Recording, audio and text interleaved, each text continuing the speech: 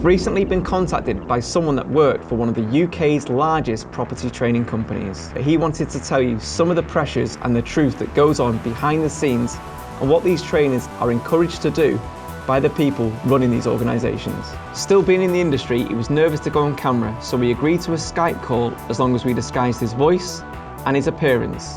Here's what he had to say. So really, they're pushing a product there that works, less than 10% of the time, yet it's marketed as if it's the be-all and end-all, is going to help everybody become financially free. I would say the product itself does technically on paper work, but the people in the room aren't the right people to implement what is being taught. But what they're being sold on is, you can earn 10 grand a month within 6 months. So to them, that's my route out of debt. Told his customers that they could make a fortune if they signed up for a training course. But instead, many customers were left thousands of pounds in debt. Somebody fills in an application form, every single person would be selected, and as long as they've got money, then they would be on said course. Purely a mechanism to get them in. Even if they were still on the fence, we're supposed to escort them to the payment desk and wait with them until the credit card payment had actually gone through. You're missing the point of teaching property education. All you are is a money generate company from the lowest common denominator. So thanks for joining me. No worries. It'd be great just to get your kind of thought process from the inside. What is it like as a trainer for one of these property companies? A lot of the delivered content is very good, and actually the delivery is very good, and the way it is delivered is being very highly thought out. What is always missing though is one of the key ingredients that may be needed to turn that knowledge into actual action and success. There's a lot of financial dreams sold. That's the pressure that's kind of forced on the audience, is actually more of a financial dream. It's pointless telling somebody this is hard work, because that's not going to convert to a sale. But if you tell them you could make 10 grand in a month in 6 months' time, that will convert to a sale. So it's just the manipulative language. Well, it's eye-catching, some of the claims that they make then. So do you think they're knowingly leaving key bits of information out so you can't do this on your own? Or it's all part of, the idea is that you will then subsequently buy the next course in the pipeline. So at the end of whatever the training is, it'll be, now you need the next course to move on to. Go to the back of the room, sign up here. So it's always the next piece of information will come from the next course, the next cell. So are you actually targeted then? So you're the trainer there. Have you actually got targets to try and convert a certain percentage of the room, or how does it work? You work on a commission basis. You look between kind of that 15 to 20% conversion rate. They hone your selling skills far more than potentially the knowledge that you're delivering skills. So it is really a script then, it is a sales script that you're taught to get through to help convert these people in the audience into paying customers? 100%. Yeah, absolutely. Do they do any due diligence then? Do you really care, or do you overlook sort of someone's ability to go further in the process, or is it just a numbers game? Let's just get as many people signed up as possible. Obviously get as many people through, because that's where they're making the money. The quality and the level of education was kind of secondary to the sale. So the selling was the important part. The education wasn't necessarily up to speed or up to date. Some of the trainers were not current in what they were teaching, weren't current in certain strategies they were teaching, or some things which had a lot of rules and regulations surrounding them, they might not have been fully up to date with, because their focus as a company was on the sale element of your talk instead of the content element. Was it a specific strategy you were teaching then? What was your sort of expertise, or were you brought into this company to teach people? The ones which we say on the edge were some of the ones which are now termed no money down strategies, which for me are, it always skirts the truth, shall we say, because there's nothing that is no money down. You may be able to get your money back out of a deal, but to start with, you've still got to have money. And I feel it's that term, the no money down, is how they get kind of the vulnerable people. So people might be in debt or have no money, but they're sold this, you can do this, no money down. All of a sudden they think, I've got no money, but I can still do this, where that's not the truth. By using words like no money down, you are actually targeting probably the most vulnerable person in the property sector, because like you said, even like solicitors' fees to get a survey done, searches, set up a mortgage, all these things require funds. Yeah. But in the headline advert that you see when you're on social media or shouting from a YouTube video or whatever it might be, they don't mention any of these things. The trouble is that I feel that a lot of people will go on these courses, certainly the no money down, certainly the deal sourcing, as the kind of clutching at straws. They're already in a broken position, no money, massive debt.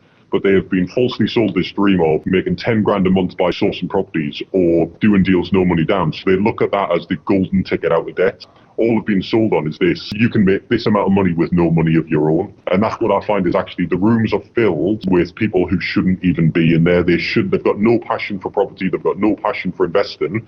But what they've been sold on is you can earn 10 grand a month within 6 months. So to them, that's my route out of debt. Would you say then that a lot of people that were turning up to these free events had not, or like very low paid entry events, had not even done the basics, had not even joined like an online forum, not even watched YouTube videos? Yeah, absolutely. You'll go to some of them, which, a lot of people are, and university students, real young people coming out. I wouldn't quite say school leavers, but certainly I've been at them where there's like probably even 17, 18, 19-year-olds potentially thinking, wow, this is my route to riches. At that point, they haven't necessarily got money, but there's stepping stone courses that they can then go on. So they might not jump straight to the top tier, but all of a sudden they're in the funnel. It's all just that sales funnel.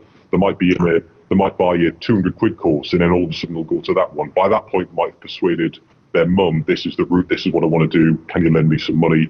Or they can get a credit card as soon as they're 18. And I found really, really young people get themselves into debt very, very quickly because they were sold this financial dream, not how much hard work it would take. And was there any sort of due diligence at that first initial point of sale? Would they actually ask someone if they can afford this? Even like ID cards, how old people were? No due diligence like that. There's no like ID or anything like that or what debt they're in. There's no looking at circumstance. There's certain times where they will go through an application process, but obviously the application process isn't an application process. It's simply a NLP tactic which is used to make you, as the customer, feel special. Oh, so you've been selected for their stringent thing and you're one of the lucky ones. Correct. I'd say it's clever, but personally, what was like some of the worst things you'd seen there then? From even backstage or the trainers or, what were you encouraged to do that didn't quite sit right with you? Certainly the application bit certainly didn't sit right with me. That was very much noted that somebody fills in an application form, every single person would be selected, and as long as they've got money, then they would be on said course. So I was like, well, what's the point in doing an application process? And that's when it was explained to me that that's very much purely a mechanism to get them in. Coached in how to cover every objection and never let somebody get away with you. You would escort them to the debt. If somebody had an objection they didn't want to buy, for instance, you would then take them alone, so it's you one-on-one with them. And then even if they were still on the fence, you're supposed to escort them to the payment desk and wait with them until the credit card payment had actually gone through. Not even leave their side, because again, once you leave, they've got an escape route. But they were the sort of tactics that I was seeing. You're missing the point of teaching property education. All you are is a money generate company from the lowest common denominator of the most vulnerable people. Well, I imagine then the success rate of them people that go to that course is that either go on to then either purchase a property, number one, or it's still being property invested in sort of 12 months' time. I can imagine it would be very low. Have you got any kind of ideas on stats? Only 7 and 10% of people are in active property investing 12 months after they've done the course. So really, they're pushing a product there that works, less than 10% of the time, yet it's marketed as if it's the be-all and end-all, is going to help everybody become financially free. I would say the product itself does technically on paper work, but the people in the room aren't the right people to implement what is being taught. Therefore, it is seen as a failure. I think there's an argument that you could actually say it'd be better word of mouth referrals, higher success rate, you wouldn't have as many one-star reviews and bad press, because if you look at the forums online and even like Trustpilot and those kinds of sites, YouTube comments, especially on some of the videos I've done about property, they are flooded with people that have been through this process and are unhappy. So you'd cut out probably 60, 70% of them if you just did what you said you were going to do and supported a better quality of person, I think. No, I agree. I mean, as companies who do that, then, they certainly haven't got customer focus, or employee focus. They've got all their focus on is the balance sheet. And I feel that if they focus on the customer a little bit more, ultimately they would make a lot more money. And I feel in this day and age with social media, their days are numbered because, the amount of reviews that go up there, well, again, it's how you handle reviews, should we say, as companies, but the amount of reviews that go up there, you'd like to think as we move forward and everybody's a lot more social media savvy and a lot more review-based savvy, people would do a little bit of due diligence before going on these courses in the first place. Yeah, I've seen at one property event where the person on stage actually asks people in the room to leave a 5-star Trustpilot review so they could qualify for the free one-to-one mentorship. Excellent. I mean, it's one of the best one-day situations that I've been on for a long time. If you've got any questions, then you'll get them all answered. Have you ever seen that happen before? I have seen where they're asked to do reviews in the room midway through an event, and then... Because that's before they've even actually done the product, isn't it? So they're giving a 5-star review for something they've not even done yet. The long days, I've heard one property trainer tell me in his response to the 14-hour days that was because he's got so much value to give. Is that true? Is it value stacked? If we take a 2-hour section, I would say you get 20% of content. You're then going to get story after story, and then you're going to get the sell. So it's like they're all the same sort of ilk. All of them same format: quick intro, sob story, little bit of content, sob story, sell. So typically, what would be the sales funnel then from your end? So as the trainer, you'd go from so there'd be a targeted ad online. Would someone fill in or raise a hand that say that they were interested? So what happens from that point? The idea behind that is it's to get you into a free event, and then in that event, which might be 2 or 3 days long, you'll be pitched to, without exaggeration, probably about 10 or 11 times. There's always then an upsell to, say, a mastermind or a mentoring package, which is always between 4 and 5 figures. So 5, 6, 7,000 up to 10, 11, 12,000 pounds. Say if I've got a property training company, I'm guessing I can't, in my mind, give a good quality level of service and mentor people. Maybe more than 10 people you could probably mentor. So if they're just trying to force everyone down there, what are you actually signing up for? Because it's not going to be the headline speaker that's going to be, or the headline name that's going to be personally mentoring you, is it? No, and that's kind of quite often where they're selling that it is going to be the headline person, but now, because obviously that sales funnel's been going for so long, it's diluted down. So who are the mentors now? Generally people who just come through the same program, but maybe 6 months ahead. So you're literally being mentored by someone that hasn't been in property more than 6 months longer than you in some cases? Some extreme cases, yeah, but about 6 months ahead. 6, that's probably the worst case scenario. But certainly the level of mentors has diminished significantly. Yeah, so what do you do differently now? Obviously you've left this company now and you've gone on and you've got your own training company. So what is it that you do differently now then, or what is it that someone should look out for when choosing a property training company? We encourage people to educate yourself. Come on, there's so much out there on YouTube. And, instead of trying to get somebody to pay for a course, they should be going to educate themselves on that first off. But I just encourage people to go out there, join the free groups out there, join the free education, books, podcasts, YouTube. You don't need to be spending thousands and thousands until you are 100% convinced that this is an industry for you. So one thing I always get, and we get this in a lot of the comments as well, is they say, oh, that property mentor is a good mentor because the quality of his free content he gives away is so good. And even people that have gone to the first stage and done the first, say, £2,000 training course say it's good. But most of the biggest complaints come from people that have paid a large amount of money. Like, why is that? Because in theory, you'd think they were the furthest along in the process, so they should actually enjoy it more.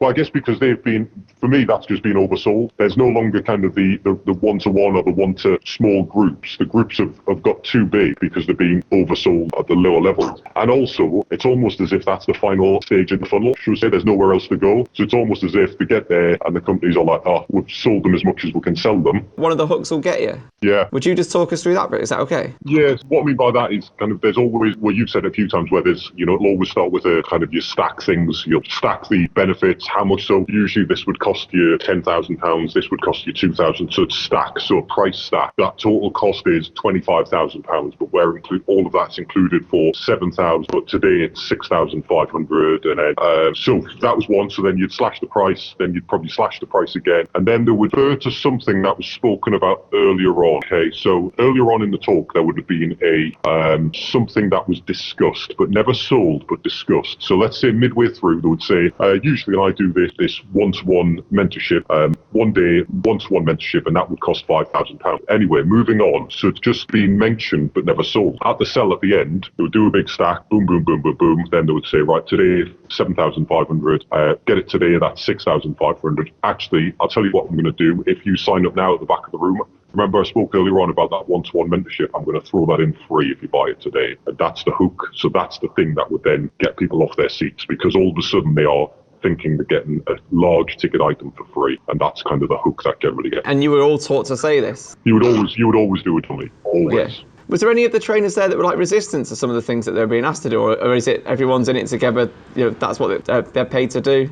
a lot of people get very sucked in then to the commissions that are paid. Yeah, and this is the trainers at these events. Yeah, you're actually exceptionally well paid. So all of a sudden, it becomes like a sales role, and you are paid heavily on commission, should we say. And all of a sudden, people get blinkered by that. Actually, do you know what? It's bloody easy money. But actually, it's immoral money in my eyes. I had someone recently that said to me, I don't like the way that all, after seeing some of the stories that came out on BBC News and also in the Telegraph about property training. A company called Property Investors, based here in London, told its customers that they could make a fortune if they signed up for a training course. But instead, many customers were left thousands of pounds in debt. That all property trainers are being tarred with the same brush. Do you think there's enough going on within the industry to clean it up, or do you think there needs to be some external forces or a light shine on it from people that aren't involved in the industry to make any sort of impact? I think there's quite a lot, and I like to think that, I sort of took a step back and offer everything now to try and, but you see, you're a small fish in a big pot. These are big companies, they are big companies, which aren't, in my eyes, they are not property education companies. They're just education companies, full stop. They could turn that sales tactic to anything if they wanted. Hence why they all went down the avenue of, teaching Amazon sells. A lot of them went down the avenue of teaching cryptocurrencies. All the things that you cover are the things that those same tactics could be turned to and sell to the vulnerable. So for me, they're not property education companies. They're simply sales companies. So is there enough going on in the industry? There's a lot of people trying, and there's a lot of people offering a lot of their experienced people offering time to show youngsters around their own developments, to talk them through. There's a lot of good people who are doing that, and I'd like to think that, that's exactly what I'm doing, is kind of spending the time with them. But you are still never going to beat a company which may have a £20,000 online marketing budget who are targeting the vulnerable on Facebook. So dead easy to sell to that. It's very, very simple to sell that if people are vulnerable, because they'll grab onto anything that might get them out of trouble. I always say this is a very unusual circumstance where someone that you don't know and has never met you before wants to go out of their way and help you become financially free. It's quite unusual, but they seem to have such a high number of almost cult-like supporters. How do they manage this? Is it just purely from the marketing? They are exceptionally, exceptionally good at public speaking and delivery, but they are average to poor property investors and very good salesmen. So you look at that and you think, right, you're a bloody good speaker, you're charismatic, you know how to grab a crowd. Your delivery of content is crap because you're not delivering any content, but you can then sell.